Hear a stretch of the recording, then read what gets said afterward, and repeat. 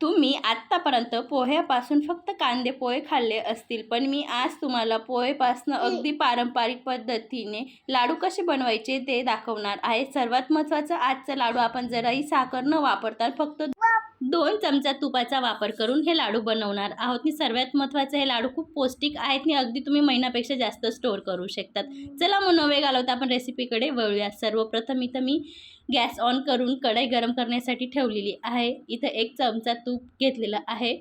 मी room टेम्परेचरचं तूप घेतलेलं आहे, थोडं थिजलेलंच आहे, ते तुपाचा वापर केलेला आहे. आता याच्यामध्ये मी 1.5 वाटी पोहे घेतलेलं आहे. पोहे छान चाळून घेतलेलं आहे. जे आपण कांदा पोहे बनवतो मी तेच पोह्याचा इथं वापर केलेला आहे. पोहेला आपल्याला लो टू मिडियम फ्लेमला चांगला 3 ते 4 मिनटं अगदी कलर चेंज होतो तोपर्यंत छान भाजून घ्यायचं आहे. पोहे भाजताना फक्त आपल्याला इथे 1च चम्मच तुपाचा वापर करायचा आहे. बघू शकता त्या पद्धतीने आपल्याला पोहे छान पद्धतीने भाजून घ्यायचे आहे. इथं थोडं तुटत नाही आहे, तर आपण अजून 1 मिनिट व्यवस्थित भाजून घेऊया. अगदी गोल्डन कलर होतो पोह्याचा तोपर्यंत आपल्याला व्यवस्थित भाजून घ्यायचं आहे. आणि खास करून काळजी ठेवायची, पोहे भाजताना गॅसची फ्लेम लो टू मिडियमच ठेवायची आहे. कारण की हे लाडू बनवताना जे साहित्य खूप छान भाजलं गेलं की लाडूची सेल्फ लाईफ खूप जास्त टाईम राहते.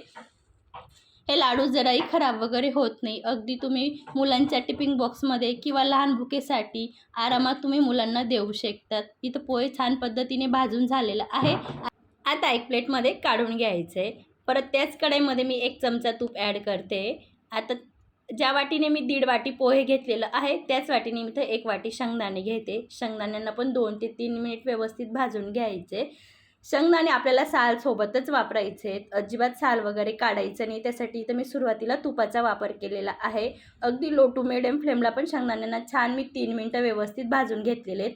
त्याच्यानंतर इथं मी ज्या वाटीने शेंगदाणे घेतले त्याच वाटीने अर्धी वाटी खोबऱ्याचा किस आणि अर्धी वाटी पांढरे तीळ घेते. पांढऱ्या तीळमध्ये भरपूर प्रमाणात कॅल्शियम, फायबर, लोह भरपूर प्रमाणात, ज्या लोकांना हिमोग्लोबिनची प्रॉब्लेम असेल, रक्त वाढवायचं असेल तर त्या लोकांनी आवर्जून खा. हे लाडू खूप शरीरासाठी फायदेशीर आहेत. ज्या लोकांना पचनची प्रॉब्लेम असेल तर त्यांच्यासाठी पण खूप हेल्दी आहेत हे लाडू. आता आपल्याला तीळ तडतडेपर्यंत व्यवस्थित भाजून घ्यायचं आहे. बघू शकता त्या पद्धतीने तीळ पण हलकी गोल्डन कलरपर्यंत भाजली गेलेली आहे. आता आपल्याला परत साहित्य एका प्लेटमध्ये व्यवस्थित काढून घ्यायचं आहे. तीळ आणि खोबरं जेव्हा आपण शेंगदाण्यामध्ये मिक्स केलं त्यानंतर मला 2.5 ते 3 मिनिट टाईम लागलेला आहे भाजण्यासाठी. तर भाजताना खास काळजी ठेवायची. मी परत सांगते की गॅसची फ्लेम आपल्याला लो टू मिडियमच ठेवायची आहे.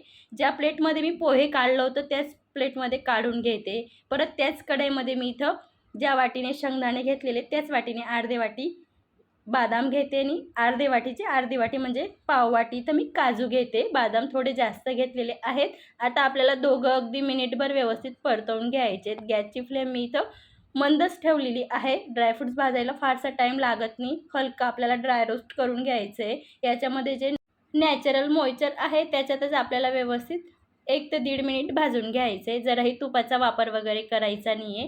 ड्रायफ्रूट्स भाजून झालेले आहेत. आता गॅसची फ्लेम बंद करून, कढई फार गरम आहे त्याच्यामध्येच मी भोपळ्याच्या बिया पण छान पद्धतीने 2 मिनटं व्यवस्थित परतवून घेतलेल्या आहेत. आता आपलं सर्व साहित्य व्यवस्थित गार झालेलं आहे. ते एक वेळेस चेक करून घ्यायचं आहे. त्यानंतर मिक्सरच्या भांड्यामध्ये बसेल तेवढं आपल्याला पल्स मोडला 2-3 वेळेस फिरून व्यवस्थित अगदी भर टाईप फिरवून घ्यायचं आहे. या पद्धतीने आपल्याला पुढे एक वेळ परत फिरवायचं जे त्यासाठी अगदी पल्स मोडला फिरवायचं आहे. जास्त बारीक वगैरे करायचं नाही आहे. आपण जे साहित्य वापरलेलं आहे त्याच्यामध्ये नॅचरल तेल असतं, तर अगदी तुम्ही एकसारखं फिरवलं तर शेंगदाणे, तीळ, खोबरं तेल रिलीज करेल. त्यासाठी अगदी पल्स मोडलाच फिरवायचं. इथं सर्व फिरवून झालेलं आहे. ज्या वाटीने मी 1 वाटी शेंगदाणे घेतले होते त्याच वाटीने इथं मी 1 वाटी गूळ घेतलेला आहे. अगदी मी त्याला बारीक कट करून घेतलेलं आहे. अर्धा चमचा इथं मी जायफळ पावडर वापरते. जायफळचा फ्लेवर थोडा स्ट्रॉंग असतो त्यासाठी मी अर्धा चमचा घेते. हे मी जायफळचं घरीच किसून पावडर घेतलेलं आहे त्यासाठी अर्धा चमचा वापरते. गूळ वापरला आहे तर जायफळ आवर्जून वापरा. याचा टेस्ट खूप छान येतो आणि डोक्यासाठी जायफळ खूप फायदेशीर आहे, त्यासाठी आवर्जून वापरा. या पद्धतीने आता आपल्याला परत मिक्सरला व्यवस्थित मिक्स करून फिरवून घ्यायचं आहे या पद्धतीने.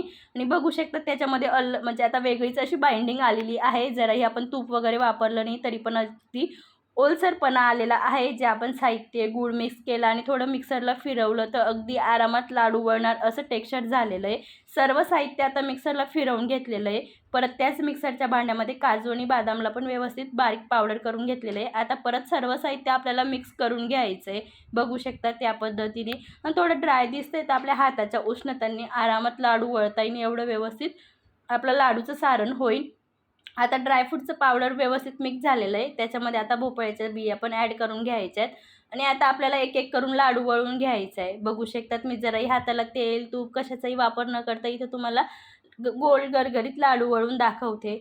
जर तुमचं लाडूचं सारण थोडं असं म्हणजे भरभरं दिसत असेल की लाडू वळायला थोडा प्रॉब्लेम येत असेल तर तुम्ही याच्यामध्ये 1 ते 2 चमचा तूप गरम करून ॲड करू शकतात.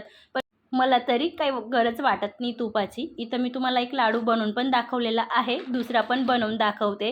सारण थोडं असं दिसतं पण जे आपण याचं साहित्य वापर केलेला आहे त्याला थोडी आपल्या हाताची उष्णता भेटल्याने ते थोडं अजून सैल होतं आणि लाडू वळायला आरामात वळला जातो. जराही प्रॉब्लेम वगैरे येत नाही.